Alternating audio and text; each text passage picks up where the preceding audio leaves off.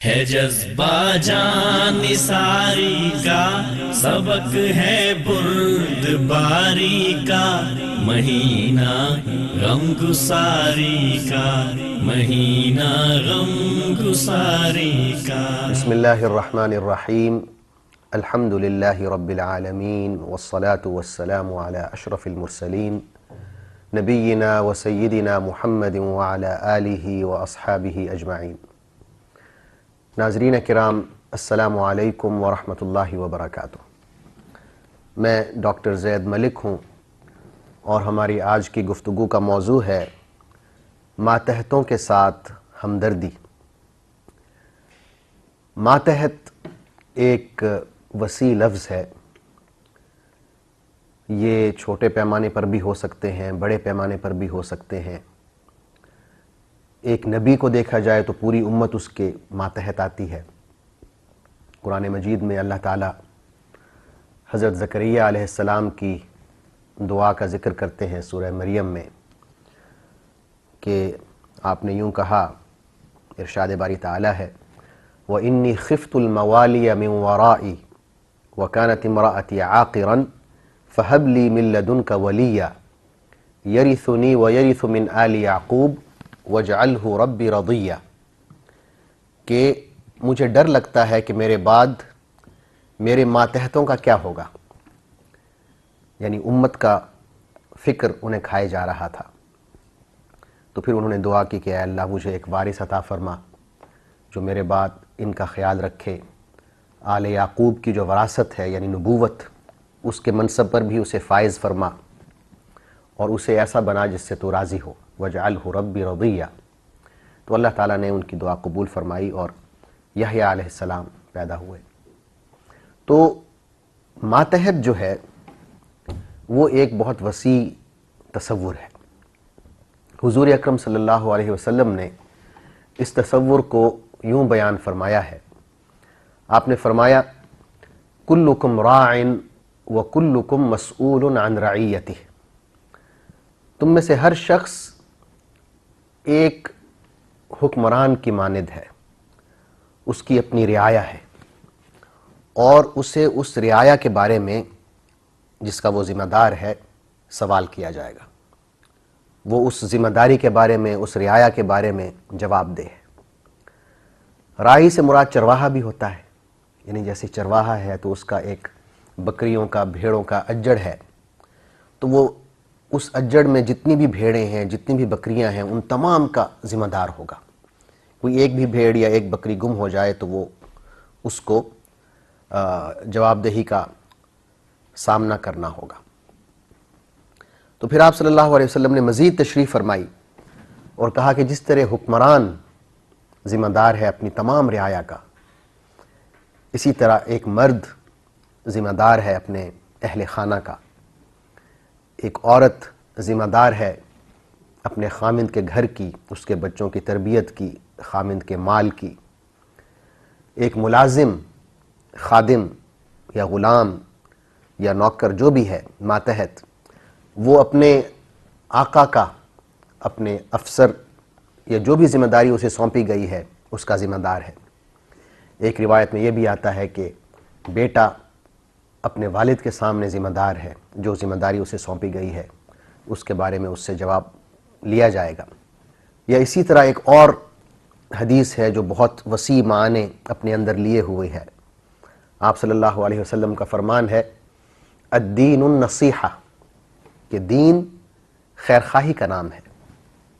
صحابہ نے پوچھا کہ یا رسول اللہ ہم خیرخواہی کس کے سامنے کریں؟ آپ نے فرمایا للہ ولکتابہ ولرسولہ ولأئمۃ المسلمین وعامتہم، یہ خیرخواہی جو ہے یہ اللہ کے ساتھ ہوگی، اللہ کی کتاب کے ساتھ ہوگی، اللہ کے رسول صلی اللہ علیہ وسلم کے ساتھ ہوگی، اور مسلمانوں کے جو حکمران ہیں ان کے ساتھ ہوگی، اور عامت الناس کے لیے بھی ہوگی۔ تو یہ خیرخواہی کا ایک عظیم اور وسیع تصور ہے جو حضور اکرم صلی اللہ علیہ وسلم نے ان دونوں احادیث میں پیش فرمایا ہے۔ اب جہاں تک ماتحتوں کا سوال ہے تو ان کے حوالے سے ایک افسر کی کیا ذمہ داری ہے، اور خاص طور پہ یہ جو مہینہ ہے غم گساری کا، یہ ہمیں کیا تربیت دیتا ہے کہ ہم اپنے ماتحت کے ساتھ کیا سلوک کریں، کیا برتاؤ کریں، اس کے ساتھ ہمارا کیسے معاملہ ہونا چاہیے، ہمدردی کا وہ کیا پہلو ہے، کیا اس کا عملی مظہر ہے جو ہمیں دکھانا چاہیے۔ حضور اکرم صلی اللہ علیہ وسلم فرماتے ہیں، اخوانکم خولکم جعلہم اللہ تحت ایدیکم، یہ جو تمہارے ماتحت ہیں ملازمین، یہ تمہارے بھائی ہیں، ان کا کنٹرول اللہ نے تمہارے ہاتھوں میں دے دیا ہے۔ یعنی ملازمین کو، ماتحتوں کو سب سے پہلے تو حضور اکرم صلی اللہ علیہ وسلم نے ان کے رتبے سے اٹھا کر ہمارے ساتھ برابر کھڑا کر دیا ہے، بھائی بنا دیا ہے۔ یہ پہلی بات کہ ہمیں انہیں اپنا بھائی سمجھنا چاہیے، ہمیں ان کے ساتھ وہ سلوک کرنا چاہیے جو ہم اپنے سگے بھائیوں کے ساتھ کرتے ہیں۔ اخوانکم خولکم، یہ جو تمہارے ماتحت ہیں یہ تمہارے بھائی ہیں۔ فرق یہ ہے جعلہم اللہ تحت ایدیکم، ان کا کنٹرول اللہ نے تمہارے ہاتھوں میں دے دیا ہے۔ پھر آگے فرمایا کہ ان کو وہ کام نہ دو جو ان کی طاقت سے زیادہ ہو، ان کے بس میں نہ ہو، یہ کام وہ کر ہی نہ سکیں، آپ ان کو وہ کام دے کے مشکل میں ڈال دیں، ایسا نہ کریں۔ وہ کام دیں جو یہ آسانی سے کر سکیں۔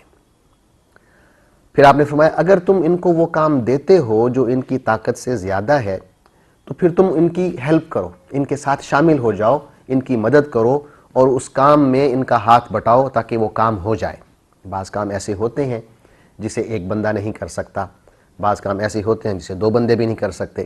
اسی طرح آپ قیاس کریں کہ اگر آپ اپنے ماتحت کو وہ کام دے رہے ہیں جو وہ اکیلا نہیں کر سکتا تو پھر اس حدیث کے مطابق آپ کو اس کی ہیلپ کرنی چاہیے، اس کام میں آپ کو خود شامل ہو جانا چاہیے۔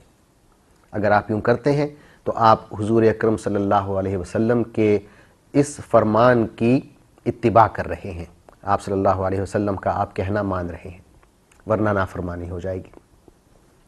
تو عزیزان گرامی، اس طرح کی بہت سی احادیث ہمیں ملتی ہیں کتب احادیث میں، جس میں ہمیں یہ بتایا گیا ہے کہ آپ نے اپنے خادم کے ساتھ، ملازم کے ساتھ، ماتحت کے ساتھ کس طرح برتاؤ کرنا ہے۔ مثال کے طور پہ ایک آجر اور اجیر کا رشتہ ہے، آپ نے مزدور ہائر کیا ہے، اس نے آپ کا کام کر لیا ہے۔ اب عام طور پہ دیکھنے میں یہ آتا ہے کہ جو اول تو مزدوری طے ہی نہیں کی جاتی اور عین وقت پہ پھر لڑائی جھگڑا شروع ہو جاتا ہے، مزدوری پہلے طے کریں، اور پھر یہ حکم ہوا کہ اس کو فوراً مزدوری ادا کر دی جائے۔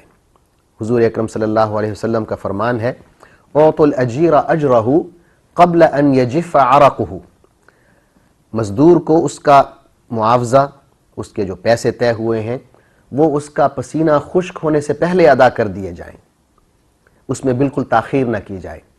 یہ ہمدردی کا ایک پہلو بھی ہے اور مزدور کا ہمارے اوپر ایک حق بھی ہے۔ پھر عام طور پر یہ بھی دیکھا گیا ہے کہ بعض افسران ایسے ہوتے ہیں جو اپنے ماتحتوں کی چیزوں کو اپنی چیز سمجھتے ہیں، ان کے مال کو اپنا مال سمجھتے ہیں، بغیر اجازت ان کی کوئی چیز لے لی اور ہڑپ کر لی، اور اس گھمنڈ میں رہے کہ بھئی یہ تو ماتحت ہے، یہ تو بول ہی نہیں سکتا میرے آگے۔ تو یہ ظلم ہے، اتنا بڑا ظلم ہے کہ حضور اکرم صلی اللہ علیہ وسلم نے اس کے بارے میں بہت سخت الفاظ میں تنبیہ فرمائی ہے۔ حدیث میں آتا ہے من اقتطع حق امرئ مسلم بیمینہ فقد اوجب اللہ لہ النار وحرم علیہ الجنہ، کہ جو شخص اپنے کسی مسلمان بھائی کا حق غصب کر لیتا ہے، اس کی اجازت کے بغیر لے لیتا ہے، تو اللہ تعالیٰ نے اس پر آگ کو لازم قرار دے دیا اور جنت کو اس پر حرام کر دیا۔ ایک شخص نے پوچھا کہ یا رسول اللہ وَإِن كَانَ شَيْئًا يَسِيرًا، کہ اے اللہ کے رسول اگر وہ چیز بہت معمولی ہو تب بھی یہی سزا ہے؟ آپ نے فرمایا وَإِن كَانَ قَضِيبًا مِنْ أَرَاكَ، اگر وہ اراک کے درخت کی ایک ٹہنی کا بنا ہوا مسواک ہی کیوں نہ ہو، یعنی ایک درخت کی ٹہنی ہے، اس کا چھوٹا سا بنا ہوا مسواک ہے، اس کی کیا حیثیت ہے، اس کی کیا قیمت ہے، کتنی ویلیو ہوگی اس کی. لیکن اگر آپ بغیر اجازت کے وہ مسواک بھی لیتے ہیں اپنے ماتحت سے تو اس کی بھی یہی سزا ہے اس حدیث کے مطابق. سزا کیا ہے کہ جہنم کی آگ واجب ہو رہی ہے اور جنت کا داخلہ حرام ہو رہا ہے. اللہ تعالیٰ معاف فرمائے. ماتحتوں کے ساتھ ہمدردی کا ایک پہلو یہ بھی ہے کہ افسران کو ان کے جذبات کا خیال رکھنا چاہیے. نوجوان ملازم ہوتے ہیں، ان کے جذبات ہیں، ان کی شادیوں کا مسئلہ ہوتا ہے، انہیں چھٹی درکار ہوتی ہے، انہیں قرض درکار ہوتا ہے. حضور اکرم صلی اللہ علیہ وسلم کے ایک خادم تھے ربیعہ الاسلمی. ربیعہ اسلمی جو ہیں نوجوان آدمی تھے، آپ صلی اللہ علیہ وسلم کی خدمت کرتے تھے، آپ کے لیے وضو کا پانی گرم کر کے لاتے تھے، خاص طور پہ سردیوں کے موسم میں. ایک دن آپ نے پوچھا کہ اے ربیعہ، کیا تم شادی نہیں کرنا چاہتے؟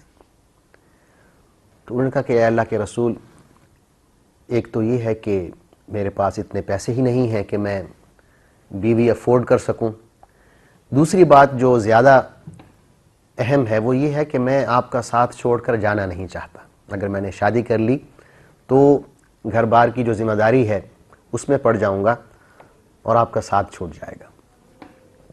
کچھ عرصے بعد آپ صلی اللہ علیہ وسلم نے دوبارہ پوچھا کہ اے ربیعہ، کیا تم شادی نہیں کرنا چاہتے؟ تو انہوں نے پھر یہی جواب دیا. کچھ عرصے کے بعد حضور صلی اللہ علیہ وسلم نے یہی بات تیسری دفعہ کی کہ اے ربیعہ، کیا تمہارا شادی کا ارادہ نہیں ہے؟ تو یہاں پہ ربیعہ رضی اللہ عنہ نے سمجھا کہ حضور اکرم صلی اللہ علیہ وسلم اشارتاً انہیں مشورہ دے رہے ہیں کہ آپ شادی کریں. تو انہوں نے کہا کہ یا رسول اللہ، اگر آپ کا یہ مشورہ ہے تو میں شادی کر لیتا ہوں. تو آپ نے فرمایا ہاں، انصار کے فلاں گھرانے میں جاؤ اور میری طرف سے یہ پیغام دو کہ تمہیں رشتہ دیں. تو اس طرح آپ صلی اللہ علیہ وسلم نے اپنے ملازم کا خیال رکھا کہ ایک فطری بات ہے کہ نوجوان ہے، اس نے شادی کرنی ہے، تو آپ اس کی ہیلپ کریں، اس کو نہ صرف یہ کہ ترغیب دیں کہ وہ نکاح کرے اور اپنے آپ کو اپنی عصمت کو محفوظ کرے، بلکہ اس کی مدد بھی کریں. اس کی مالی مدد بھی ہو سکتی ہے، اس کی مدد اس شکل میں بھی ہو سکتی ہے کہ اس کو چھٹی دے دی جائے تاکہ وہ آرام سے جا کے شادی کر سکے اور سیٹل ہو کے پھر واپس آئے. جہاں تک ماتحتوں کے ساتھ ہمدردی کا تعلق ہے، اس میں صرف یہ نہیں کہ وہ ماتحت مسلمان ہو تو ہم اس کے ساتھ ہمدردی کریں، بلکہ غیر مسلموں کے ساتھ بھی یہی حکم ہے.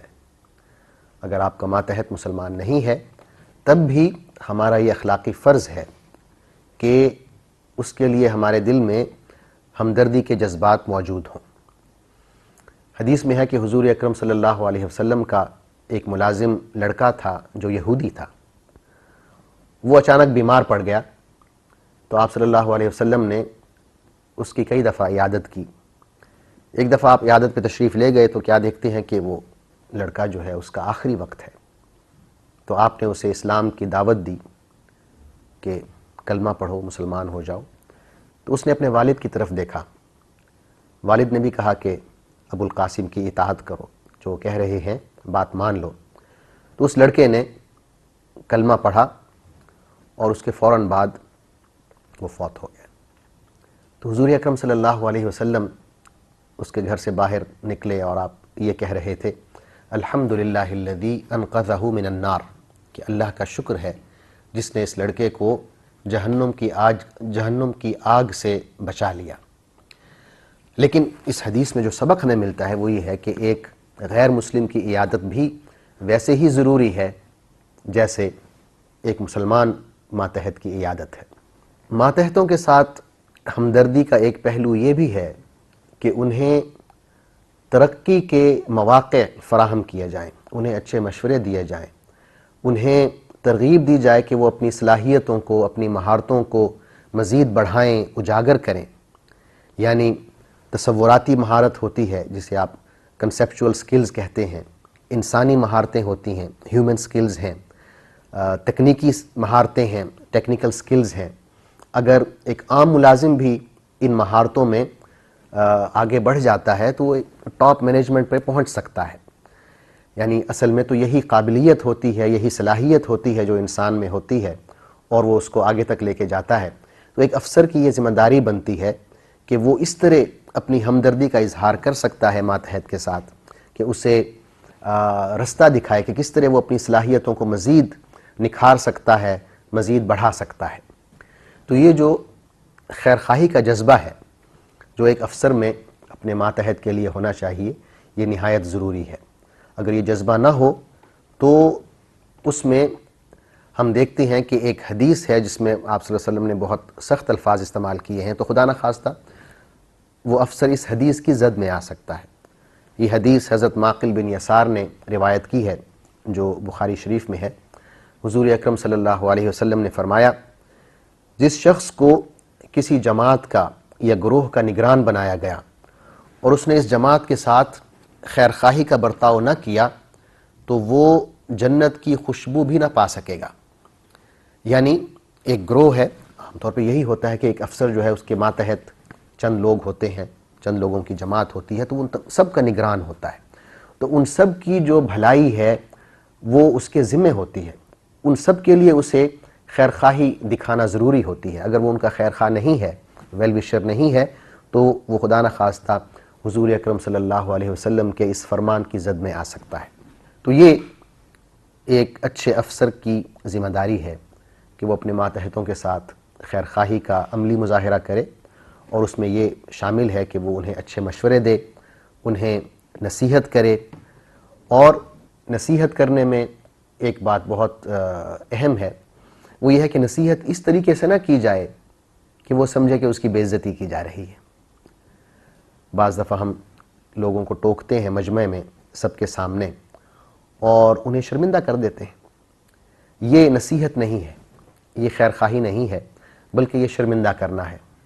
یہ اس شخص کو مجمع کے سامنے لا کھڑا کرنا ہے اور یہ ثابت کرنا ہے کہ اس شخص کو کچھ نہیں آتا. اگر آپ واقعی خیرخواہ ہیں اس شخص کے تو اس کو آپ اکیلے میں لے جائیں گے, اکیلے میں اس سے بات کریں گے, اور اس نصیحت کا اس پر اثر بھی ہوگا. اس کو قرآن مجید الموعظۃ الحسنہ کہتا ہے. سورہ نحل میں ہے, ادعو الی سبیل ربک بالحکمہ والموعظۃ الحسنہ, اپنے پروردگار کی طرف بلاؤ حکمت کے ساتھ, دانائی کے ساتھ, اور بہترین واعظ و نصیحت کے ساتھ.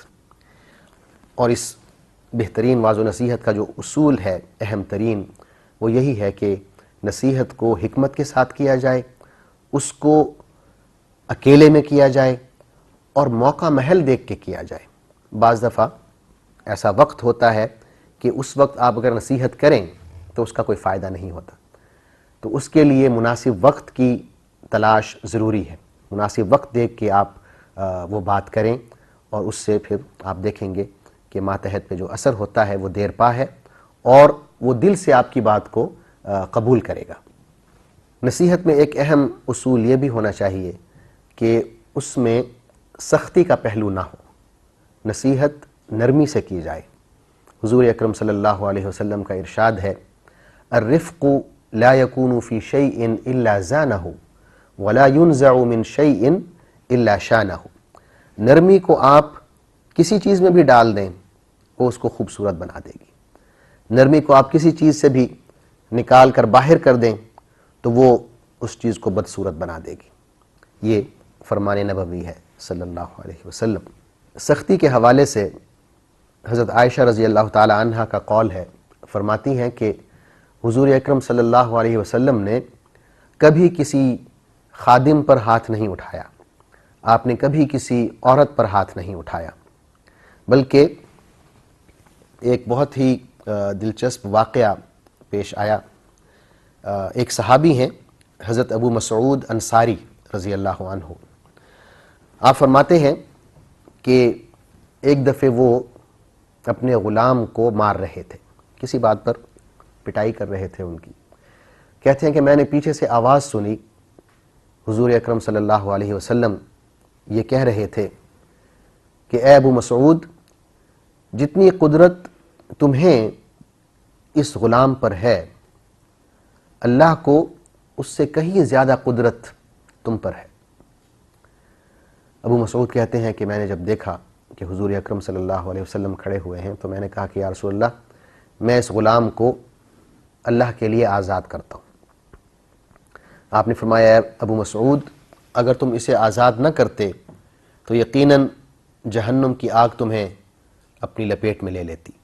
حضرت عبداللہ بن عمر رضی اللہ عنہ کا ایک ملتا جلتا واقعہ ہے۔ فرماتے ہیں کہ ایک دن انہوں نے اپنے غلام کو مارا، پھر افسوس ہوا انہیں، غلام کو بلایا اور اس سے معذرت کی اور اسے آزاد کر دیا۔ پھر فرمایا کہ میں نے حضور اکرم صلی اللہ علیہ وسلم کو یہ فرماتے ہوئے سنا ہے کہ اگر تم میں سے کوئی اپنے غلام کو مارے تو اس کا کفارہ یہی ہے کہ اسے آزاد کر دے۔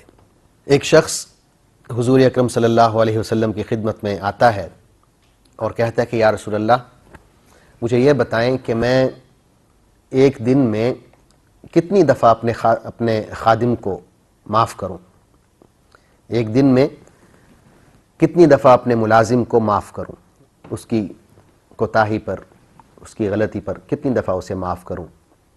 آپ صلی اللہ علیہ وسلم خاموش رہے۔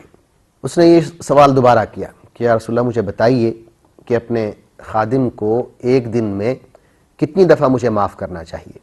آپ پھر خاموش رہے۔ جب اس نے تیسری دفعہ یہی سوال کیا تو آپ نے فرمایا کہ تمہیں ایک روز میں اپنے خادم کو 70 دفعہ معاف کرنا چاہیے۔ مطلب یہ ہوا کہ ہمیں اتنا حوصلہ ہونا چاہیے، اتنا صبر ہونا چاہیے، اتنا تحمل ہونا چاہیے کہ ہم اپنے ملازمین کو، اپنے ماتحتوں کو انسان سمجھیں اور ہمیں یہ پتہ ہو کہ ان سے بھی غلطی ہو سکتی ہے، اور اگر وہ ہم سے کم پڑھے لکھے ہیں، ہم سے کم تربیت یافتہ ہیں، ہم سے کم ان کے پاس سکلز ہیں تو پھر ہم سے زیادہ غلطیاں ان سے ہوں گی۔ یہ تربیت دی جا رہی ہے ان احادیث کی روشنی میں کہ ہمیں اپنے ماتحتوں کو بہت زیادہ معاف کرنا چاہیے، ان کی غلطیوں سے غض بصر کرنا چاہیے۔ ماتحتوں کے ساتھ ہمدردی کا ایک پہلو یہ بھی ہے کہ ان کے لیے دعا کی جائے، ان کے سامنے بھی، ان کی پیٹھ پیچھے بھی۔ اس سے ایک قلبی تعلق پیدا ہوتا ہے، اور جو کام ہمیں سونپا گیا ہے کہ اس کو آپ نے ایک اجتماعی شکل میں کرنا ہے، اس کام میں بھی برکت پڑتی ہے اور اللہ کی طرف سے مدد بھی شامل حال رہتی ہے۔ حضور اکرم صلی اللہ علیہ وسلم کے ایک خادم تھے حضرت انس بن مالک رضی اللہ عنہ۔ آپ نے حضور صلی اللہ علیہ وسلم کی 10 سال تک خدمت کی۔ آپ صلی اللہ علیہ وسلم نے حضرت انس کو 3 دعائیں دیں۔ ایک دعا کہ اللہ ان کی عمر میں برکت ڈالے، دوسری دعا یہ تھی کہ اللہ ان کے مال میں برکت ڈالے، اور تیسری دعا یہ تھی کہ اللہ ان کی اولاد میں برکت دے۔ تو حضرت انس فرماتے ہیں کہ میری عمر بہت لمبی ہوئی، اور مال کے بارے میں بتاتے ہیں کہ جو لوگوں کے باغات تھے مدینہ میں وہ سال میں 1 دفعہ پھل دیتے تھے، لیکن جو میرے باغات تھے وہ سال میں 2 دفعہ پھل دیتے تھے۔ اور اولاد کے حوالے سے بھی علماء نے لکھا ہے کہ حضرت انس کثیر الاولاد تھے۔ بعض علماء نے آپ کی اولاد کی تعداد 100 سے بھی زیادہ بتائی ہے۔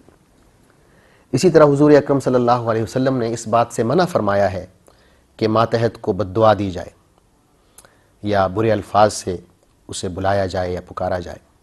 حدیث میں آتا ہے آپ صلی اللہ علیہ وسلم نے فرمایا کہ اپنے آپ کو بد دعا نہ دو، اپنے مال کو بد دعا نہ دو، اپنی اولاد کو، اپنے خادم کو بد دعا نہ دو۔ ہو سکتا ہے کہ وہ وقت قبولیت کا ہو اور وہ بد دعا قبول ہو جائے اور تم خود خسارے میں پڑ جاؤ۔ عزیزان گرامی، انشاءاللہ کل دوبارہ حاضر ہوں گے ایک نئے موضوع کے ساتھ۔ کل تک کے لیے اجازت دیجیے۔ اللہ حافظ، والسلام علیکم ورحمۃ اللہ وبرکاتہ۔ بتائے زندگی کے سب کرینے اہل ایمان کو، سکھائے بندگی کے سب طریقے ہر مسلمان کو، ہے جذبہ جان نثاری کا سبق ہے بردباری کا مہینہ، غم گساری کا مہینہ، غم گساری کا۔